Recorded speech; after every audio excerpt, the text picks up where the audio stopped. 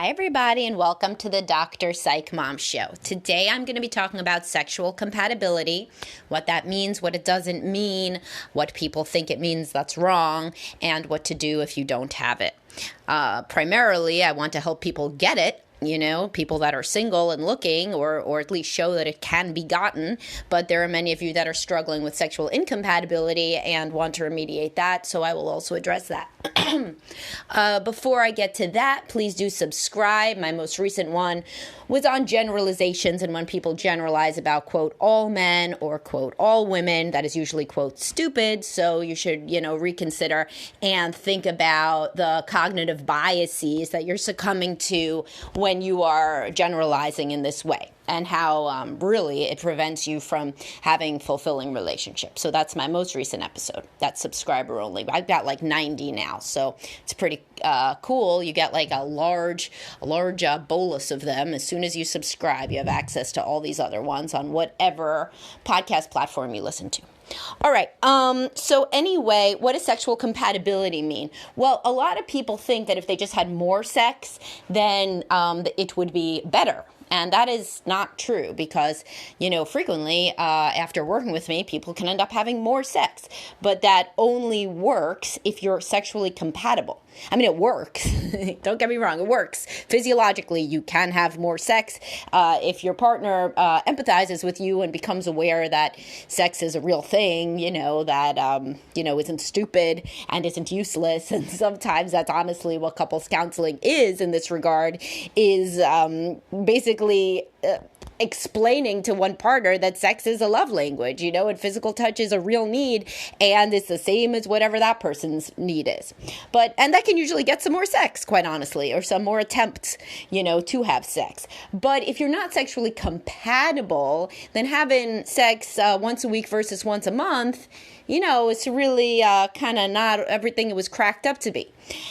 And that's not just because it didn't hit some sort of frequency, point that you've imagined. It wouldn't be good with 3 times a week either if you're not sexually compatible. So then what does sexually compatible mean? It means you're turned on by the same things. So yes, men and women can be turned on by the same things. And when you do click with someone sexually, in quotes, clicking, that usually means that you're sexually compatible. So you're turned on by similar sorts of things. So you can refer back to the erotic blueprints quiz because that's super relevant, and I have a podcast on erotic blueprints. So let's take the kinky one, for example. So if somebody likes the idea of like power dynamics in sex, you can't really explain that to somebody who doesn't. You can explain it intellectually, and as I discuss later, certainly explaining it intellectually could get you better sex than not explaining it, where they have no clue what you're thinking or talking about. But sexually compatible means that both people innately do like power dynamics in sex. One likes to be dominant, one likes to be submissive, one is a switch, whatever the case may be. But either way, they both need some sort of mental component to the sex life. It is not just about bodies and touch or intercourse. So for the sexual blueprint, it's really just about screwing, that's what's exciting. And for the sensual blueprint, it's about giving pleasure to our bodies. But for the kinky people, it's really about these taboo ideas and this whole mental framework that sex is situated in. And that's why, quite honestly, when people are single and they go on dating apps that are more geared towards sex, they find better sex. Because and it's not just because they're finding people who like to have sex a lot. It's because they're finding people who are sexually compatible. So, they say, oh, my interest is BDSM, or I have a foot fetish, or I have a furry fetish, or whatever the hell. And another person does too. And so they click sexually. So what does it mean to click sexually if you do not have kinky fetishes? Because most people can understand that. Okay, one likes to be dominant, one likes to be submissive. All right, they're a fit, like Legos interlock into each other. But what about a sensual person? Well, think about it like this. I always have these people that want to take a shower with their significant other, right? And they want to shower because they're thinking about this is like this sensual experience. We're touching, the water's coming down. It's like a waterfall. This room is steamy. It's like so hot, like a sex scene. And if the other person doesn't have a sensual blueprint, they don't know what the fuck you're talking about, literally. They're like, literally, we're wasting water. Literally, like, the point of a shower is to be clean. What in the world? Like, why am I here? You know, like, what is going on? Why, when we have a bed to have sex in, like, you know, why would we be doing something standing up in the shower? I don't even understand. And it's like, it's hard to explain. It's like literally hard to explain. And that's not to say that two people with a sensual blueprint will like the same activity all the time. So, like, you know, one person may like massages more, one person may like to be in the shower more, but at least they can kind of understand where each other's going with it, you know? Like, at least they both have the idea that a sex scene, think about it like this, I guess, would you be turned on by the same sex scene in a movie, you know? And if the answer is no, then it's unlikely that you are innately sexually compatible.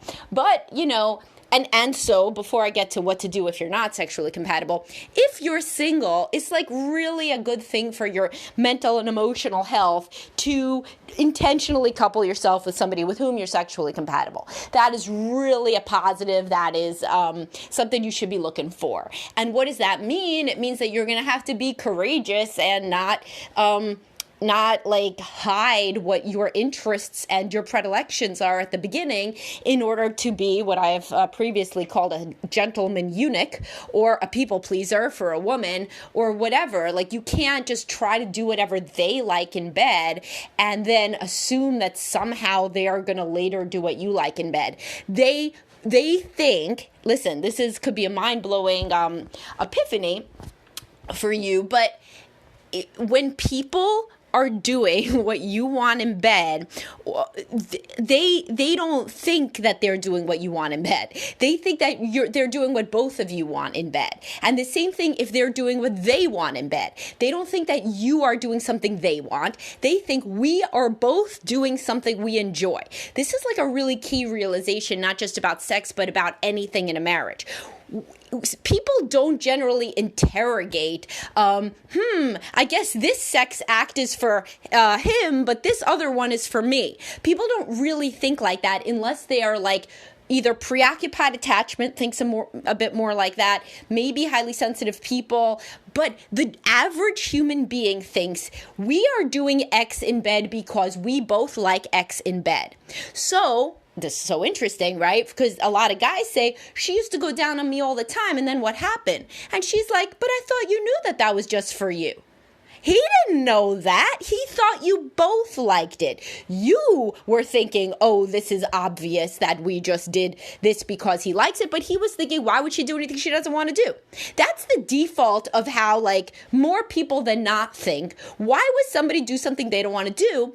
If our sex life can be represented by X, X is something we both must like, because otherwise, why are we doing it? So what you got to do is like take that realization forward, and if you are on the dating market, never engage in X if you don't like X.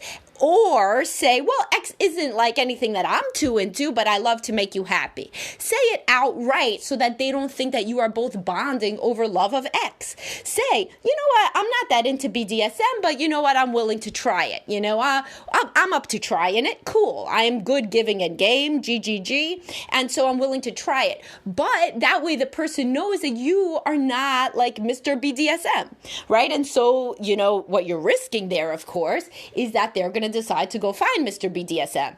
But the good part is that you're not going to have to sell yourself as Mr. BDSM for a lifetime when you're really not. Okay, so then what do you do if you're not on the dating market, if you are actually married to somebody with whom you deeply, fear you are sexually incompatible with? Well, you know, you can't rewire them, can't rewire you, but at least you can try to understand one another and get to a middle ground like you would with any other aspect of life. So that would entail explaining yourself more, explaining your fantasies, explaining what you think of as sexy, because they may have no idea. So it's like on Reddit, like, ELI 5, explain like I'm 5 is something that people say when they mean give me a very simplistic layperson's example or explanation of what you're talking about. So that would mean that things that you have thought were very obvious, you would have to explain like your partner is 5. Of course, that's creepy in the scenario of explaining BDSM to a 5-year-old, but you see my point. So you would say something like, to me, the sensual component of sex is what's really erotic. So, although I appreciate you saying that we could have sex for 5 minutes at a time, 3 times a week, that's never going to be what turns me on. What turns me on is a lot of foreplay and build up and touching. So, for me, the point of intercourse isn't intercourse. It's all the stuff before. To me, that's what makes it sexy. Honestly, I would rather masturbate than have a 5-minute intercourse encounter, because to me, it's so, it's not sexy at all. That's a pretty good explanation, right, of somebody with a sensual blueprint trying to explain themselves to somebody with a sexual blueprint. So then finally, because these sexual blueprint people, by the way, they feel like I am giving him a lot of sex. Man, we are having sex and sex and sex. We have sex Monday, Wednesday, Friday. And what they're not realizing is if you have sex Monday, Wednesday, Friday, but altogether it equals to about 12 minutes total, then the person honestly would rather have gone without in many cases. And I speak to many men in particular with a sensual or a kinky blueprint, where just not sexual. There's also an energetic one. So just refer back to the other podcast. But people with a just plain sexual blueprint that are like, I'm more depressed after we have sex because it amplifies like my awareness that we're sexually incompatible. And also what's so interesting is that the sexual blueprint person often has not explained themselves very good at all, right? So if they were to say, what turns me on is like your penis, well, you know what? A lot of men could really work with that very well. As long as they were aware that there was something. Because here's the thing, if a sensual or any other blueprint person is with a woman, let's say, because I frequently see this in the male field, with the woman as a sexual, men get a rap as though they have sexual blueprint, that they just want quickies. I see far more women that just want quickies for whatever that's worth. So, the man thinks that she's just trying to get it over with. Because for a person with a different kind of blueprint, having 5-minute sex just literally means that the woman is tossing you a bone. And she just can, no pun intended, and she just cannot stand you. So she's just gonna phone it in for 5 minutes. And in reality, some of these women are enjoying themselves. They really are. They think they have a good sex life. And this goes back to what I was saying before about those women don't think a lot about sex. So they assume, well, shit, we have 5 minutes of sex. Good thing. We both like it. We're so sexually compatible, these poor people think, and wow, we really we can make the best of the 5 minutes that we get. We are just really compatible. Meanwhile, the guy who does not have a sexual blueprint is dying because he feels that this is the worst. It's like a Greek myth. It's like, Sisyphus or Tantalus or something, or water everywhere, but not a drop to drink. That's saying, he's getting laid all the time, but it's all terrible, and the woman has no idea. So frequently people can explain themselves. Even the sexual person could explain herself to the sensual person in such a way that it might be more erotic, right? For him to think, boy, she's really into my penis. Awesome. Cool. That's better than thinking, man, she just cannot wait to be done with this encounter, which may be what he would think as a sensual blueprint person if he ever limited an encounter to 5 minutes. That would be his rationale, that he couldn't stand the person, but it isn't the woman's rationale because she has a sexual blueprint. So explaining yourself to your partner is a key integral aspect of increasing compatibility. You cannot rewire somebody. You really cannot usually make them turned on by things that they never were turned on by, especially as their sex hormones, decrease in older age. So, there's a window. Fetishes, for example, are developed in childhood, and I think that in puberty and your 20s, you can be put on a certain track by an exciting sex scene or something like that, and then you can open up your mind, right? Very few people, when their sex hormones decrease, particularly women, there's like a tremendous decrease, like around 40 and beyond, because that's when your estrogen literally goes down. People aren't liking new things necessarily, but they can certainly do new things for the love of somebody else if they understand it. And men are more often the shapeshifter sexual, or rather erotic blueprint. The shapeshifter one is basically, I'm down for anything. And because men have a lot of testosterone, they really can be down for anything. Men can more often learn to like other things than women can, because women aren't, they don't have such a high level of testosterone anyway, and particularly within monogamy, the mental component of the erotic, is really not there either. They're like not really thinking about sex that much. They're not really feeling that sexual. But for a man, it's just like if somebody's really hungry, they're going to like a whole bunch of different food than if somebody's not really hungry. Then they're going to be much more picky. So that's the analogy with the man and the woman in terms of innate biological levels of testosterone and relatedly sex drive. All right, well, hopefully this was interesting to you. That gave you some new things to think about in the sexual compatibility domain.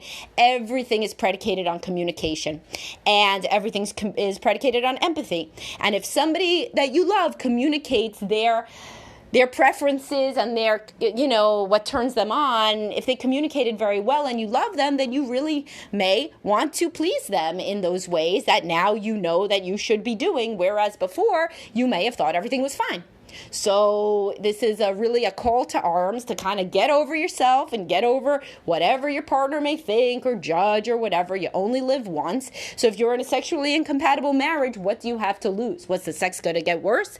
Probably not much. So, just explain yourself as well as you can, and maybe there could be some sort of meeting of the minds that you don't know about. All right, I'll talk to y'all soon. Have a great day, and please do subscribe.